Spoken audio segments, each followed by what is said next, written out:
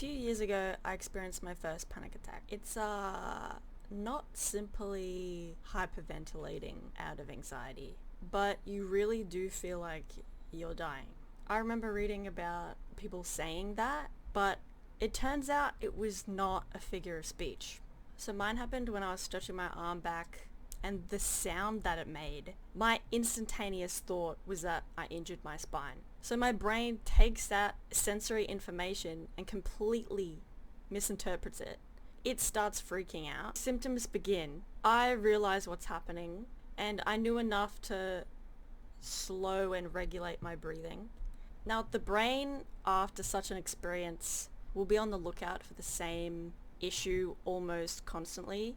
Once your family or friend buys a car, you start to see that car everywhere. But before, those cars were still everywhere, zooming, but your brain just didn't give a shit then. So every now and again, I would start feeling another panic attack coming on. Whenever that happened, I would focus on regulating my breathing, sit down somewhere, and would have this conversation with my brain. Just like the first time you misinterpreted the sensory information, you are not going to have another panic attack. You are just misinterpreting it. Everything is fine. I am safe. You are just misinterpreting the information. And you need to remind your brain that no matter how far into the panic attack you get, you're not actually going to have another one. You just need to remind your brain that it's misinterpreting the information and wait it out while it switches off all the alarm bells that it turned on. When you're feeling this way, or any kind of extreme negative feeling, time will warp. It feels a lot longer than it actually is. So be patient with your body and your brain as it settles down. While regulating your breathing, keep repeating out loud or in your mind that it has misinterpreted the sensory information, that you are completely safe.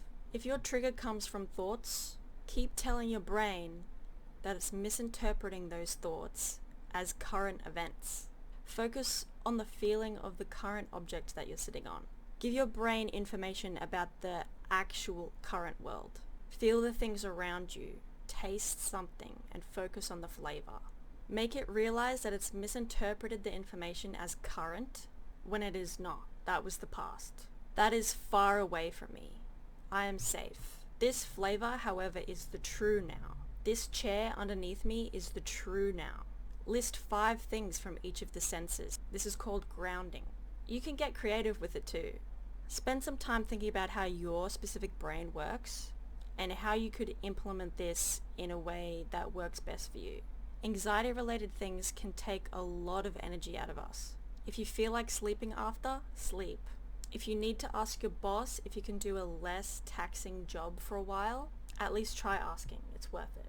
And to the people who are there to help, thank you. And take good care of yourselves too.